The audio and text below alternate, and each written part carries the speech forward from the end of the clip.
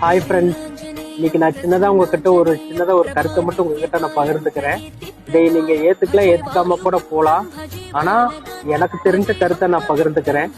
அதாவது இந்த உலகத்துல உங்களுக்கு உணர்ச்சிகளை தரக்கூடிய, உணர்ச்சிகளை தூண்டக்கூடிய எந்த ஒரு நபரையும் தயவு செஞ்சு வாழ்க்கையில தேடாதீங்க.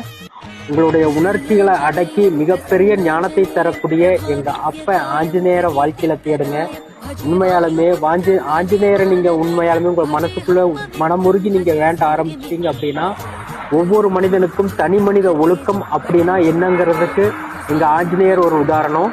அதே மாதிரி இந்த உலகத்துல நம்பிக்கையோடும் தன்னம்பிக்கையோடும் எப்படி வாழ வேண்டும் அப்படிங்கறதுக்கு முக்கிய உதாரணமே எங்க அப்ப வைரமான எங்களுடைய ஆஞ்சநேயர் பகவான் தான். அதாவதுங்க, நம்மளுடைய ஸ்ரீராமச்சந்திர மூர்த்தியுடைய கட்டளை ஏற்று இலங்கைக்கு நம்ம அம்மா சீதையம்மாவை பார்க்க வந்தாரு ஆஞ்சநேயர் அவர்கள்.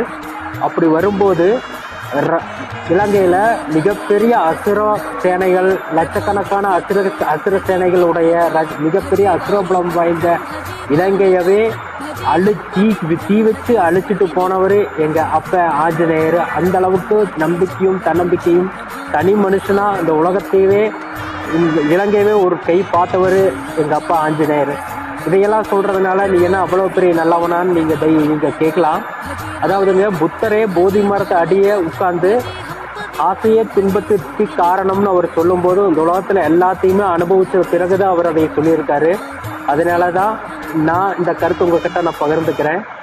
அஞ்சிலே ஒன்று பெற்றான், அஞ்சிலே ஒன்றை தாவி, அஞ்சிலே ஒன்று ஆறாக ஆரியர்க்காக ஏகி, அஞ்சிலே ஒன்று பெற்ற அணங்கை கண்டையலான் ஊரில் அஞ்சிலே ஒன்றை வைப்பான் எங்க அப்பன் ஆஞ்சநேயர் என்னை அணைத்து காப்பான். அனைவருக்கும் நன்றி.